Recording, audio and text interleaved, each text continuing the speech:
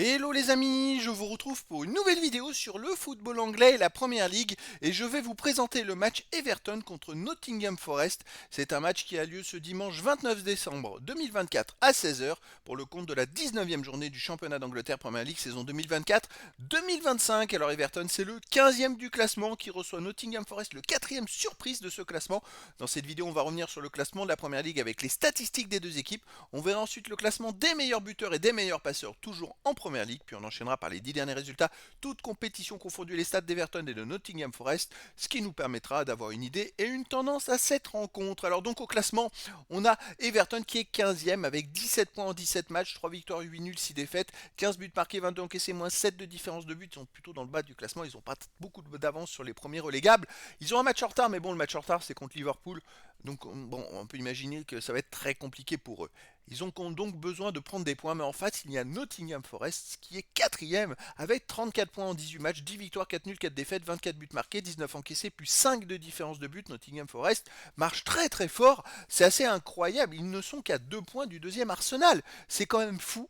Après, ils ont 8 points de retard sur Liverpool, qui a aussi un match en retard, mais Liverpool largement devant tout le monde. Et à noter qu'ils ont aussi 5 points d'avance sur Newcastle, donc il y a un petit écart. Même s'ils perdent, ça ne changera rien, ils resteront 4e. Au niveau des buteurs, pour Nottingham Forest, il y a Chris Wood qui est ex aequo 5e meilleur marqueur de Premier League avec 10 buts en 18 matchs. Il n'y a pas d'autres joueurs des deux équipes pour l'instant dans les 16 premiers. Pour les meilleurs passeurs, on a Anderson, Elliot Anderson, Nottingham Forest avec 5 passes décisives en 17 matchs. Il n'y a pas d'autres joueurs des deux équipes dans les 16 premiers également.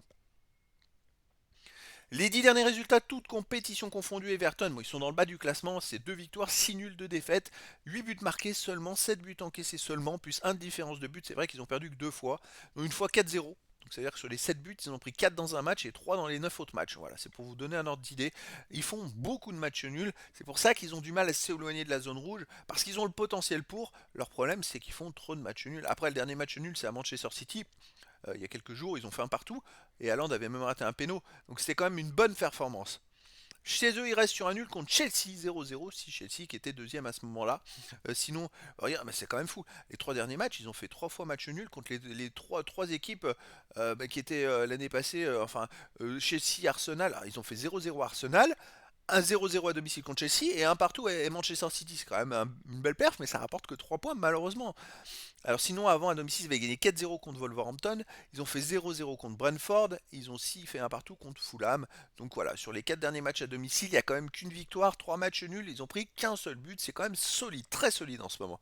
Nottingham Forest de son côté sur les 10 derniers matchs, 7 victoires, aucun nul, 3 défaites, 16 buts pour, 13 contre, plus 3 de différence de but et Nottingham Forest reste sur 4 victoires d'affilée.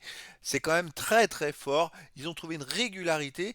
D'ailleurs la seule défaite c'est à Manchester City. Manchester City c'est la seule victoire dans leurs 15 derniers matchs quasiment.